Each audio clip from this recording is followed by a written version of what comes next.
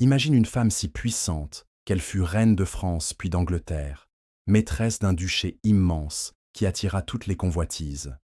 Cette femme s'appelait Aliénor, et son royaume, c'était l'Aquitaine. Mais derrière ce nom se cache une histoire bien plus ancienne, faite de peuples mystérieux, de guerres féroces et d'alliances qui ont façonné l'Europe. L'Aquitaine. Ce nom évoque aujourd'hui une région du sud-ouest de la France, baignée par l'océan Atlantique et traversée par la Garonne. Pourtant, dans l'Antiquité et au Moyen Âge, l'Aquitaine était bien plus qu'un simple territoire. C'était une puissance. Des tribus proto-historiques aux rois francs, des ducs fiers aux reines redoutables. L'Aquitaine fut le théâtre de rivalités qui allaient à déterminer le destin de la France et de l'Angleterre. Comment une région périphérique est-elle devenue l'un des cœurs politiques de l'Europe médiévale? C'est ce que nous allons découvrir. Bien avant que l'Aquitaine ne devienne un duché médiéval puissant, la région était habitée par des peuples que les Romains appelaient collectivement les Aquitani. Installés entre la Garonne, les Pyrénées et l'océan Atlantique, ils se distinguaient nettement de leurs voisins celtes par leur langue et leurs traditions. Les sources antiques, notamment Jules César dans la guerre des Gaules, décrivent ces populations comme plus proches des Ibères que des Gaulois. Leur idiome, aujourd'hui disparu, aurait même été apparenté aux basques modernes, ce qui place l'Aquitaine au carrefour des mondes celtes et ibériques. Au Ie siècle avec ce JC, la conquête romaine bouleverse cet équilibre. Après la victoire de Crassus sur les peuples aquitains en 56 avec ce JC, Rome impose son autorité et fonde la province d'Aquitania. Elle s'étend d'abord de la Garonne aux Pyrénées, avant d'être agrandie par Auguste pour inclure une grande partie du sud-ouest de la Gaule. Sous l'Empire, les Aquitains s'intègrent progressivement à la culture romaine. Des cités prospères émergent comme Burdigala, Bordeaux, Lugdunum Convenarum, Saint-Bertrand de Comminges, ou Vesuna, Périgueux. Les amphithéâtres, aqueducs et thermes rappellent encore aujourd'hui cette romanisation. Mais l'Aquitaine ne fut pas seulement un espace colonisé, elle devint un carrefour économique et culturel. Les voies romaines reliaient Bordeaux à Toulouse et Narbonne, ouvrant le commerce vers la Méditerranée. Le vin aquitain, exporté dès l'Antiquité, acquit déjà une réputation qui allait traverser les siècles. Lorsque l'Empire romain s'effondre, l'Aquitaine se trouve à nouveau convoitée. Les Wisigoths s'y installent au VIe siècle, en faisant de Toulouse leur capitale. Cette domination est de courte durée. Clovis, roi des Francs, défait les Wisigoths à Vouillé en 507, et l'Aquitaine passe sous contrôle franc. Cependant, la région conserve toujours une forte identité propre, nourrie par ses racines antiques et sa position géographique stratégique. C'est sur cet héritage que naîtra plus tard le duché d'Aquitaine. Après l'effondrement de l'Empire romain, l'Aquitaine connaît une succession de dominations. Passée sous le contrôle des Wisigoths, puis des Francs après la victoire de Clovis à Vouillé en 507, la région conserve malgré tout une forte autonomie.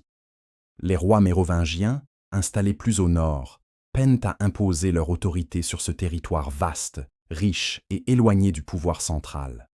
C'est dans ce contexte qu'émerge peu à peu l'idée d'un duché propre à l'Aquitaine. Dès le 7e siècle, des ducs locaux apparaissent, profitant de l'éloignement du pouvoir franc pour gouverner de manière quasi indépendante. Parmi eux, Eudes d'Aquitaine, au début du 8e siècle, se distingue par son rôle dans la défense de la région. Confronté aux expéditions musulmanes venues d'Espagne, il remporte une victoire importante à Toulouse en 721, où il repousse les armées omeyyades. Toutefois, quelques années plus tard, face à une nouvelle offensive, il doit demander l'aide du maire du palais Charles Martel, qui triomphe en 732 à la bataille de Poitiers. Cet épisode marque à la fois l'importance stratégique de l'Aquitaine et le début d'un contrôle plus étroit des Francs sur le duché. Sous les Carolingiens, l'Aquitaine reste un enjeu politique majeur. Charlemagne y impose son autorité en y plaçant son fils Louis le Pieux comme roi d'Aquitaine en 781, avec pour capitale Bordeaux. Cette royauté secondaire visait à pacifier la région et à l'intégrer davantage à l'empire carolingien. Pourtant, malgré cette intégration, l'Aquitaine conserve toujours une identité marquée par ses élites locales et ses particularismes. À partir du IXe siècle, l'affaiblissement du pouvoir carolingien laisse la place à une véritable autonomie du duché. des dynasties locales prennent racine, affirmant leur indépendance tout en maintenant des liens fluctuants avec les rois de France. L'Aquitaine devient alors l'un des plus vastes et puissants fiefs de l'Occident médiéval, un territoire convoité pour ses richesses agricoles, ses routes commerciales et ses ports ouverts sur l'Atlantique. C'est cette puissance régionale qui préparera l'ascension de l'une des figures les plus fascinantes du Moyen Âge, Aliénor d'Aquitaine. Au XIIe siècle, l'Aquitaine atteint son apogée avec une femme dont la vie est digne d'un roman, Aliénor d'Aquitaine. Héritière en 1137 d'un duché immense qui s'étend de la Loire aux Pyrénées, elle devient à seulement 15 ans l'une des femmes les plus puissantes d'Europe. Son mariage avec le roi Louis VII de France fait entrer l'Aquitaine dans le domaine royal. Mais cette union se révèle vite conflictuelle. Le caractère indépendant et l'influence politique d'Aliénor dérangent la cour capétienne, et après plusieurs années de mésentente, leur mariage est annulé en 1152. Quelques semaines plus tard, Aliénor épouse Henri Plantagenet, futur roi d'Angleterre.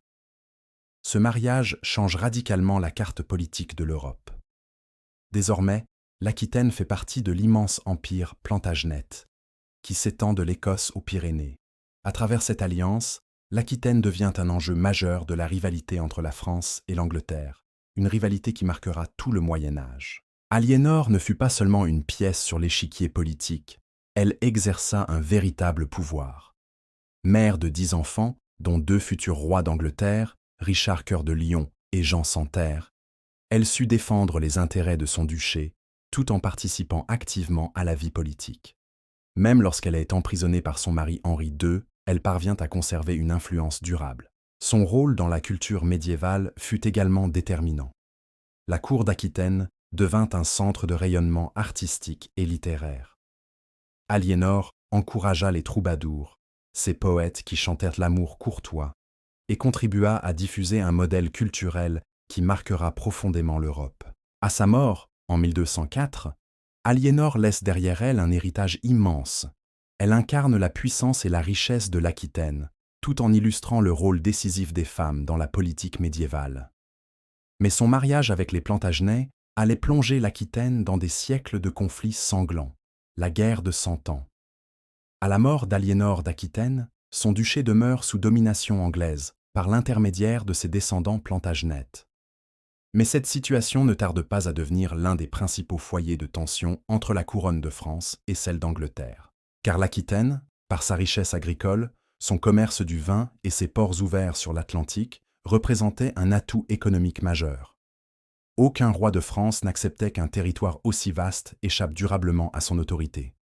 Ces rivalités atteignent leur paroxysme en 1337, lorsque le roi de France Philippe VI confisque le duché d'Aquitaine, alors tenu par Édouard III d'Angleterre. En réponse, ce dernier revendique la couronne de France, déclenchant la guerre de 100 ans. L'Aquitaine devient immédiatement l'un des champs de bataille centraux de ce conflit. Pendant la première phase de la guerre, les Anglais remportent plusieurs victoires décisives grâce à leur supériorité militaire et à l'arc long. La bataille de Crécy en 1346 et surtout celle de Poitiers en 1356, où le roi de France Jean II le Bon est capturé, renforcent leur emprise sur l'Aquitaine. Le traité de Brétigny, signé en 1360, cède officiellement aux Anglais un immense territoire qui couvre presque tout le sud-ouest de la France, avec Bordeaux comme capitale de ce duché élargi. Cependant, cette domination anglaise ne dure pas. Grâce à l'action de figures comme Bertrand du Guesclin et au soutien de la population locale lassée de la fiscalité anglaise, les Français reprennent progressivement l'avantage. À partir du règne de Charles VII, la reconquête s'accélère.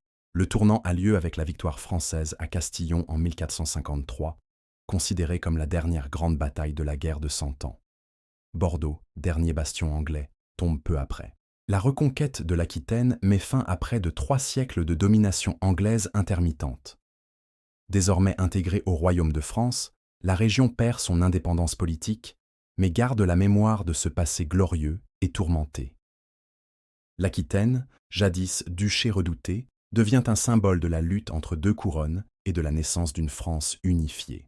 De l'Antiquité aux grandes batailles médiévales, l'Aquitaine a toujours été une terre de convoitise et de puissance. Les peuples aquitains, romanisés mais porteurs d'une identité singulière, ont posé les bases d'une région à part dans l'histoire de la Gaule. Le duché, lui, a incarné une autonomie farouche, capable de résister au roi franc et de s'imposer comme un acteur politique majeur. Avec Aliénor d'Aquitaine, cette terre est entrée dans la légende, en devenant le pivot d'un empire qui liait la France et l'Angleterre. Enfin, avec la guerre de Cent Ans, l'Aquitaine s'est trouvée au centre d'un conflit européen avant d'être définitivement rattachée au royaume de France. Aujourd'hui, ce passé résonne encore. L'identité régionale, la richesse du patrimoine, l'importance de Bordeaux et de ses vignobles rappellent que l'Aquitaine n'est pas une province comme les autres. Elle fut, pendant plusieurs siècles, l'un des moteurs de l'histoire de l'Europe médiévale. Mais cette histoire pose aussi une question plus large. Jusqu'où une région peut-elle influencer le destin d'un pays, voire d'un continent? L'Aquitaine en est un exemple éclatant. Et si demain, d'autres régions, fortes de leur culture et de leur économie, redevenaient à leur tour des pivots géopolitiques?